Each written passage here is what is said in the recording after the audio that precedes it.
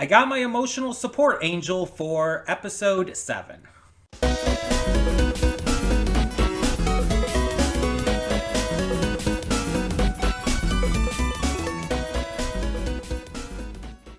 Hey everyone, welcome to Princess Gay. I'm your host Connie, and today we are here with my blind reaction to episode 7 of Hazbin Hotel, season 2 specifically.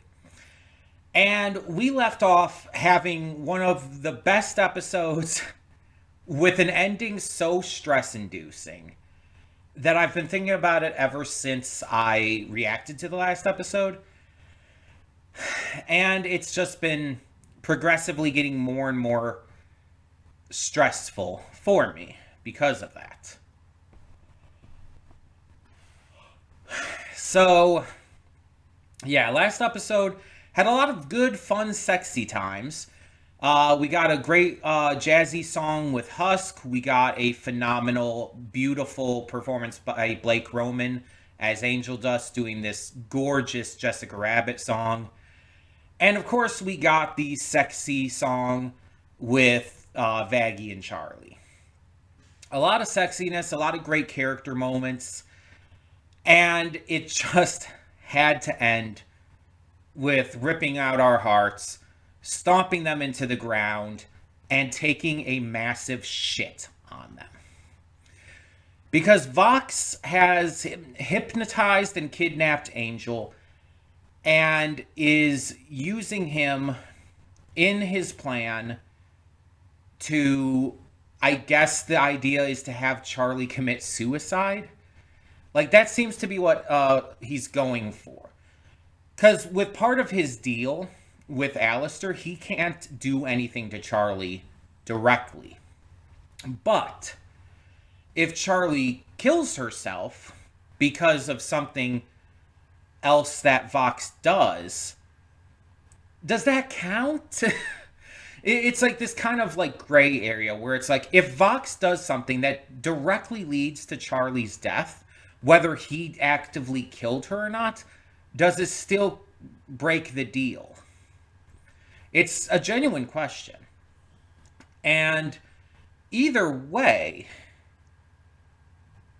what does this cause otherwise? Charlie's a Hellborn, so presumably she wouldn't be brought back if she dies. Is that how that works? Because we know sinners, if they're killed in hell except by an angelic weapon, they just come back, right? They respawn, basically. Do Hellborn work the same way? I'm not actually 100% sure on that. Though Charlie knows about the angelic weapon thing, so if she killed herself with an angelic weapon, then it would obviously be permanent. It's like there's just a lot of questions with this and a lot of things that are kind of like in the air. Now, I don't think Charlie's going to actually die, obviously. She might attempt it, but I don't think it's going to stick, or more obviously, I don't think that she's going to go through with it for one reason or another. As for Angel, I don't think Angel's going to die. If he does, I think he'll be redeemed. Because we're not getting rid of Angel as a character. It's just not happening. If Angel does die, I think he'll be redeemed like Penchus. But we do know that in order to be redeemed, at least from what we've gathered based on the evidence we've seen, you have to go against your initial sin. And we know Angel murdered his father. Now, does that mean going against that would have to be like protecting his father's life, or just protecting a life in general? Self-sacrifice, I feel, would work in this regard, just like it worked with Penchus. I feel like that would make sense for his sin as well. But it might be more specific than that. I mean, we don't really know. We know Angel has changed a lot, and Angel getting redeemed next would make the most sense. But, I mean, obviously, I'm hoping it doesn't have to come to that necessarily.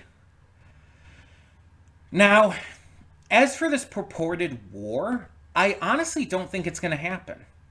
Because Vox is obviously declaring war on heaven, but I think Vox is going to be stopped before anything actually occurs. Because if a war actually started, it would be really hard to stop from that point. And it would, cause a lot of problems. And I don't think we're going to just repeat the end of season one, where it's like, oh, season one ended up with this big battle at the hotel, basically a war happening between heaven and hell. I don't think we're going to do the same thing. I think we're setting up for that idea, but it's going to like divert from that and break our expectations with maybe it stopping before it started. We also have the fact that Alistair is like behind the scenes because he's acting as Vox's prisoner. He's sowing doubt with Velvet and Valentino. So maybe they'll betray Vox here.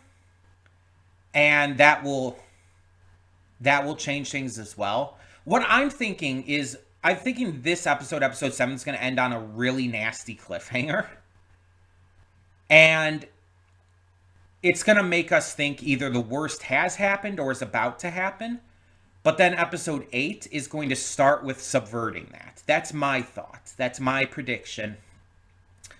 And I'm prepared for that. I'm prepared for this nasty cliffhanger. I'm prepared for things to go bad before they get good again. But I do think that it will end kind of like season 1 ended, on a mostly good note. I do believe that. But the only way to know for sure is to watch it. So we should just get into this and see what this episode has in store. Let's check it out. Hold up just a sec. Before you click that link down in the description below to get to today's video, I want to remind you of all the awesome content we have both on this channel and the Princess of Gaming channel. Let's check it out.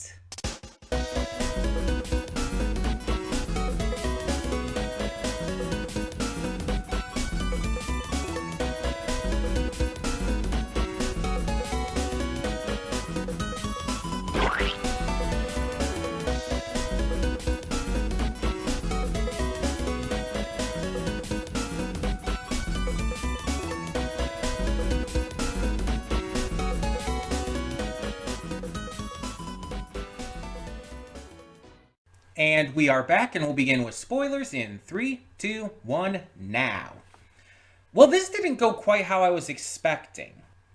I was expecting this episode to end on a much, darker, more hopeless note. And I was honestly expecting worse to happen to Angel here. But we actually, didn't have much of anything happen to Angel. He was just used for his, popularity. He was just used as a mouthpiece.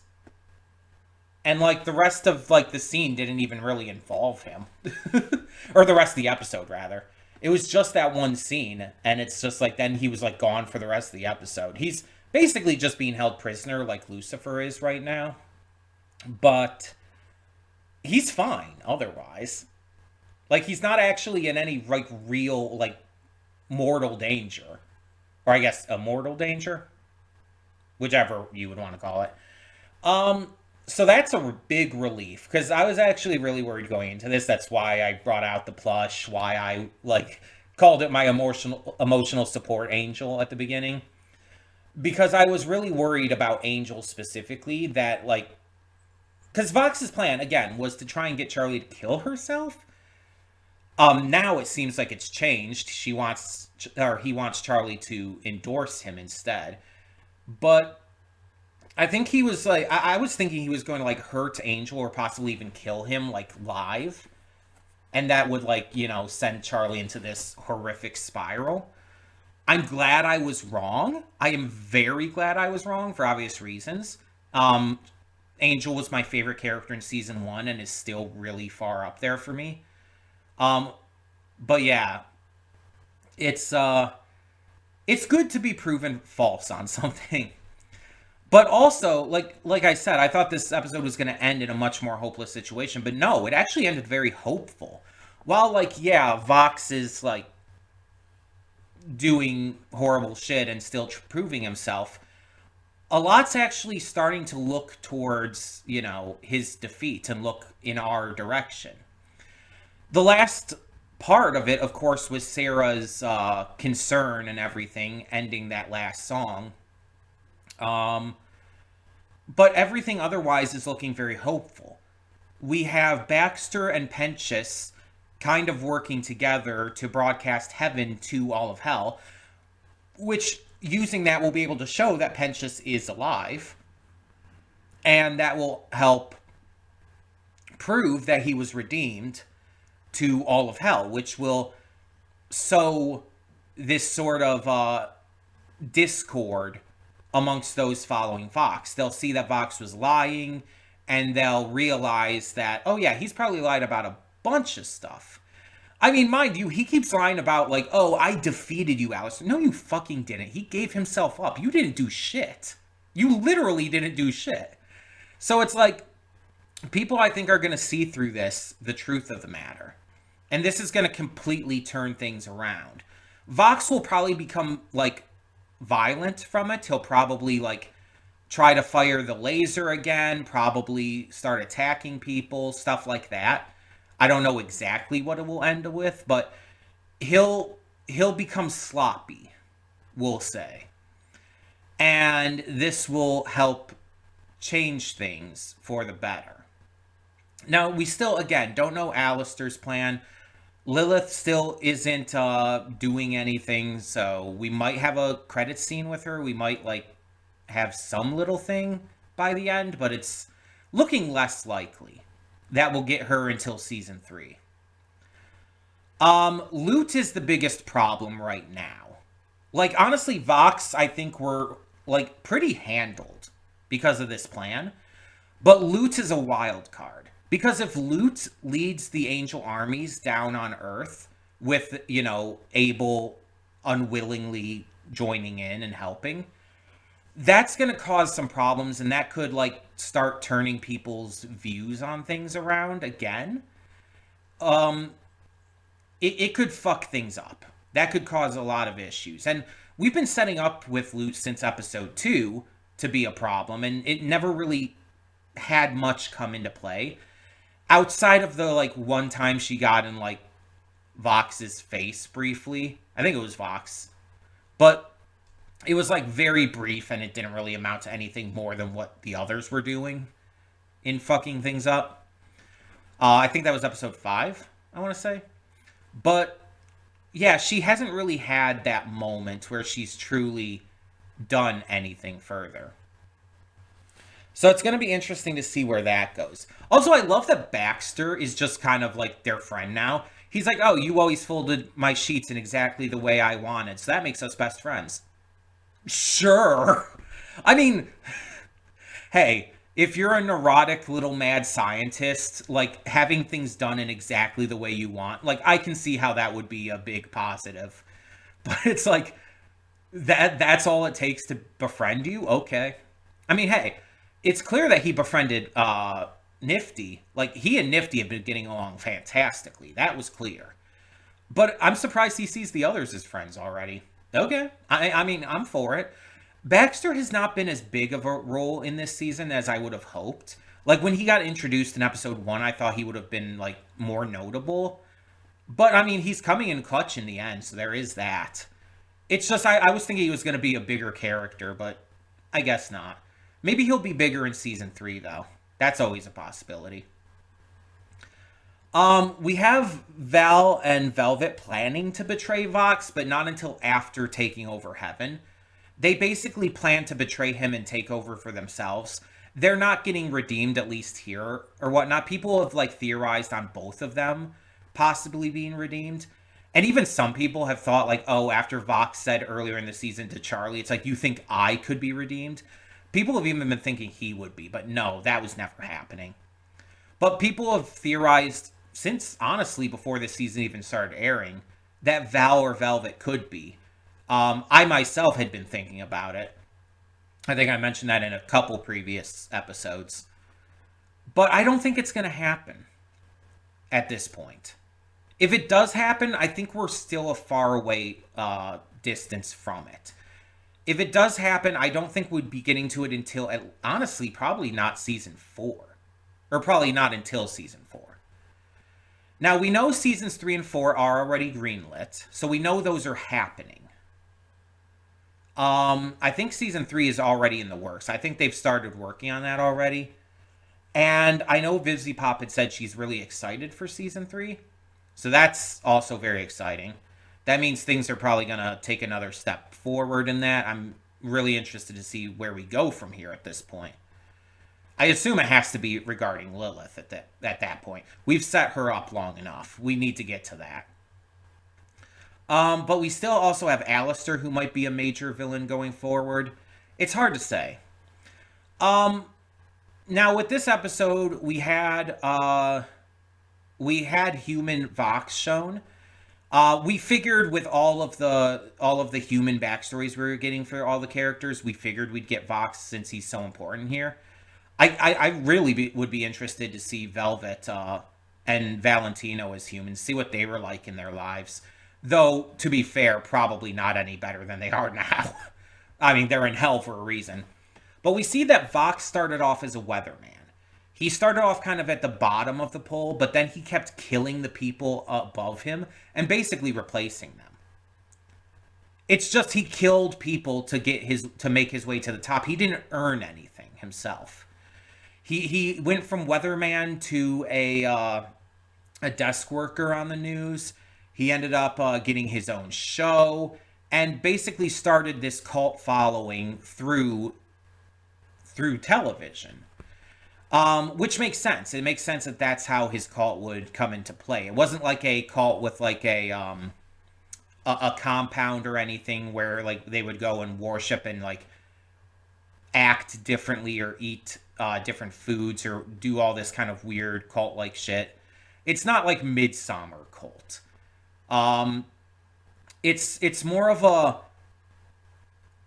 like a Joel Osteen kind of thing. If you don't know, Joel Osteen is a megachurch pastor and who's very specifically got famous because of televising his church services and whatnot, as well as various other like rallies and telethons and stuff. He's also basically a cult leader.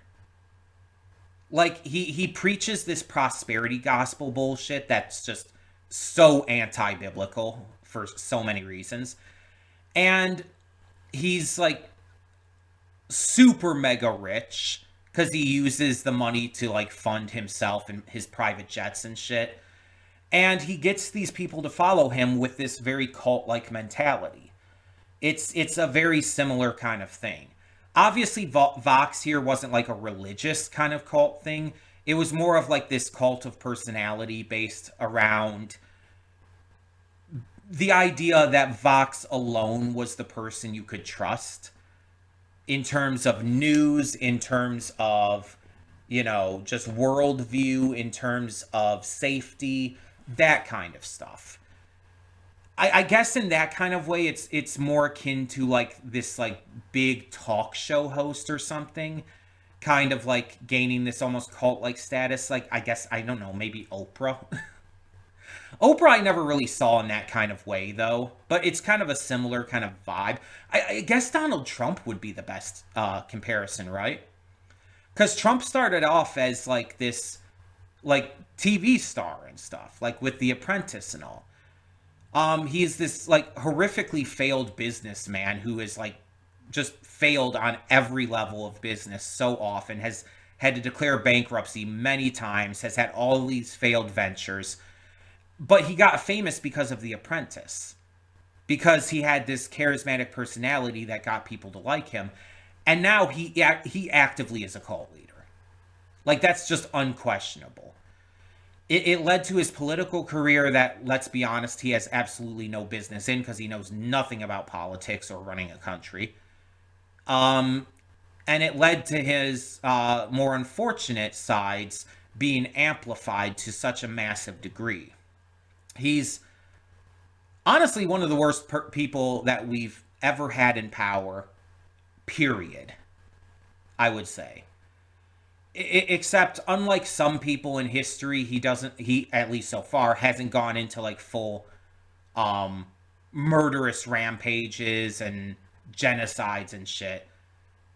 That does put him below a couple others in history, but you know, he's going by their playbooks. He is like, I'm not here to bitch about Trump. I could do that anywhere. I could do that at any time. I've done that enough, honestly. Um, the point is that Vox more reads like a Donald Trump than like an Oprah or even a Joel Osteen in my eyes. Um, Again, he's not like a religious kind of leader. He's more of a personality, charismatic type leader. So I'd see him more in kind of that way, where he gets people to his side because he's very charismatic, because he knows exactly the right things to say, and he makes people believe that he's the only person that can be trusted with their safety, their news, their information, everything. So it's kind of like this thing where he forces himself into positions he didn't earn by being a smooth talker, like Trump. It's a very fitting comparison. But yeah, it's interesting the kind of stuff we learned about him here.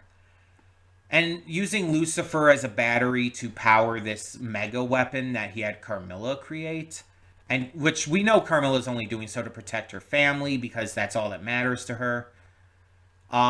She doesn't like Vox either. We know that she's not a fan of his plan even. She's just doing this to protect her family because she believes that it's the best option. And so it's going to be interesting to see if like that comes into play here in the finale. I'm still wondering about Alistair and Rosie. It's like I don't see how this will help him get out of his deal with Rosie. Like even if he gets out of his deal with like Vox, it's like what's that going to do for Rosie? That doesn't like unless like him getting into a deal and then having that broken by Vox somehow nullifies previous deals. I don't know. I don't know how this works. They haven't said anything as much or as such yet. Um, but we've got things in the works here, and that's really good. Though I think, and this, I don't know, like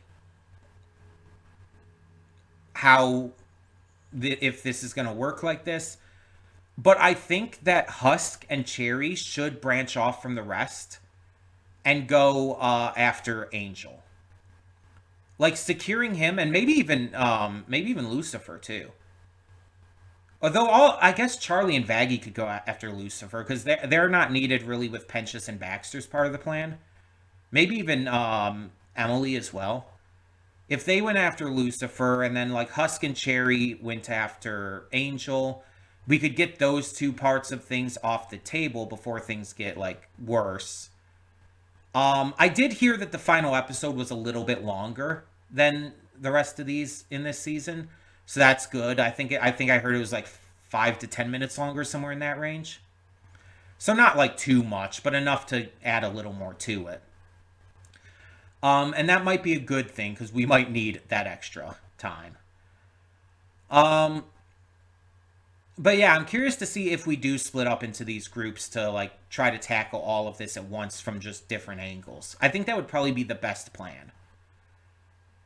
Um, yeah, I'm still curious to see what Loot tries to do here, how that's going to interfere with things, the battle against Vox himself, and what happens with him in the end. Is Vox going to end up being killed? What if he gets blasted by the cannon? Also, what about Shockwave? Which, by the way, I am still disappointed that the shark's name is Shockwave and not Sharkwave. I think that's such a missed pun. But uh, I have to assume Shockwave's going to come into play, right? Maybe that'll be Vox's last stand, or at least part of it. Is Vox going to die, though? That's the big question. I mean, if he does, we know he fucking isn't getting redeemed. But is he gonna die? Are we gonna have like him die in the same way that like Adam did? Well, maybe not the exact same way, but though that would be fucking funny if Nifty just came in out of nowhere and killed him in the same way. That would be really funny. It's just like okay, Nifty, you're our MVP. Go and kill this guy too. Um, I'd be very interested if he survived but was like imprisoned. I don't know how that would work.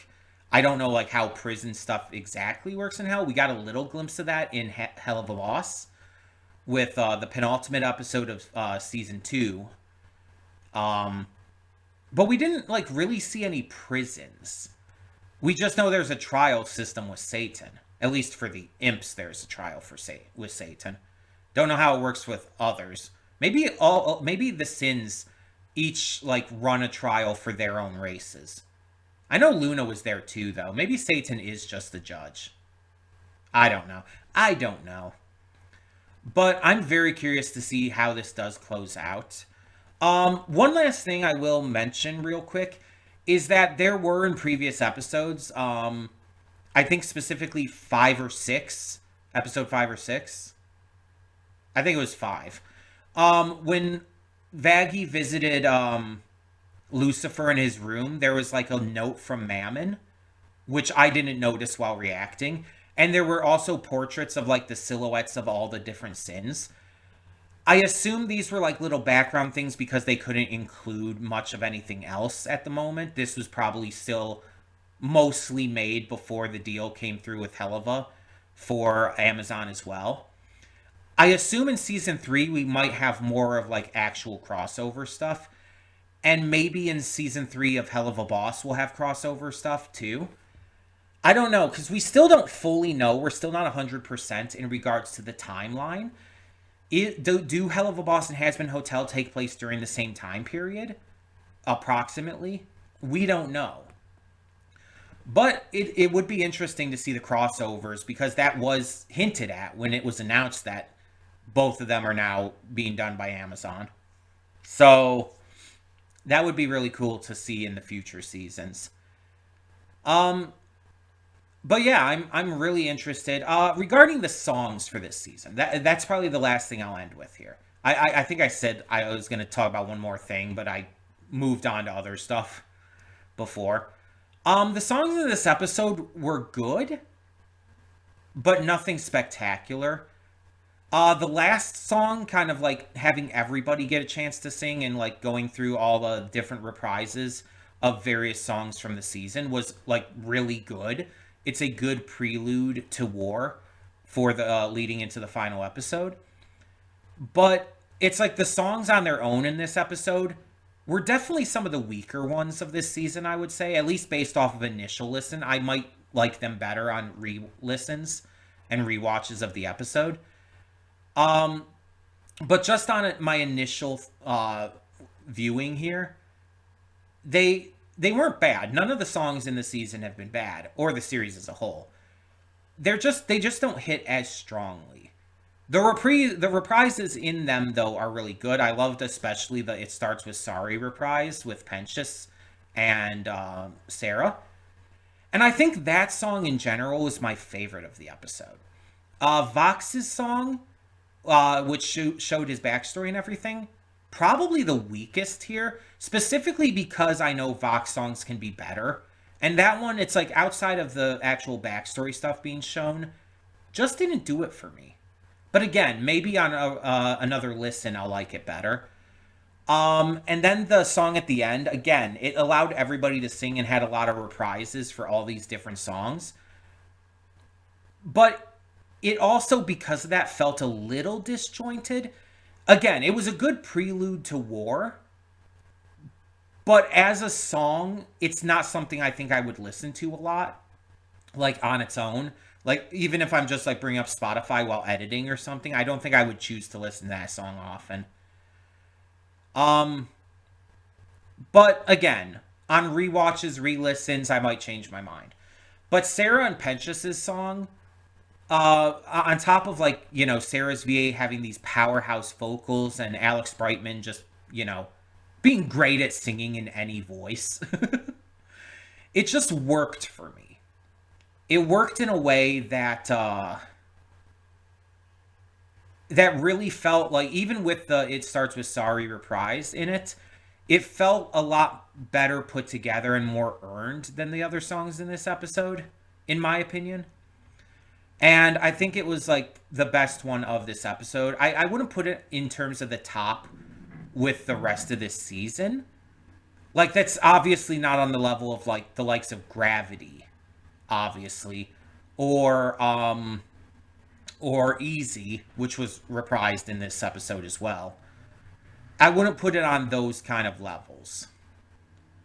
But it was still the best of the episode. And again, I want to keep reiterating this. On rewatches, on re-listens, my opinions on these songs could very much change. So if you really like these songs, keep that in mind. I will be making a tier list after I do episode 8. Right now, I think the plan is I record episode 8, and then I make the tier lists. Like, I record a separate video making the tier list, but I might splice that into the end of the episode 8 reaction. I'm not 100% sure if I'm going to do that as, like, at the end of the, like, after the rest of the afterthoughts for episode 8, or if I'm going to do it as a separate video right now. I'm not 100% sure. I might do it as a separate video just to let myself have some time to really think about the songs in episode 8 and just things in general. We'll see. We'll see. That's all I'm going to say right now. But yeah, this was a really good episode, setting up a lot of things for the finale and giving us a lot more hope than, like I said, I thought we were going to get right off the bat here. So tell me in the comments below, what did you think of this episode of Hazbin Hotel Season 2? And if you've already seen episode 8, no spoilers. I will be getting to that as soon as possible, mind you, because of the well, you're watching this in the future, but as of the time I'm recording this, it is the week before Thanksgiving, and Thanksgiving week here in America is going to be very stressful and busy for me. So I'm going to like be cutting things down on the channel a little bit. So I should definitely have I should definitely, by the time you're even seeing this, have everything settled. And I'm probably going to have things recorded and set up well in advance. So, yeah. Either way, like I said, thank you so much as always for tuning in. I'm Connie, and I'm signing off. See you all next time.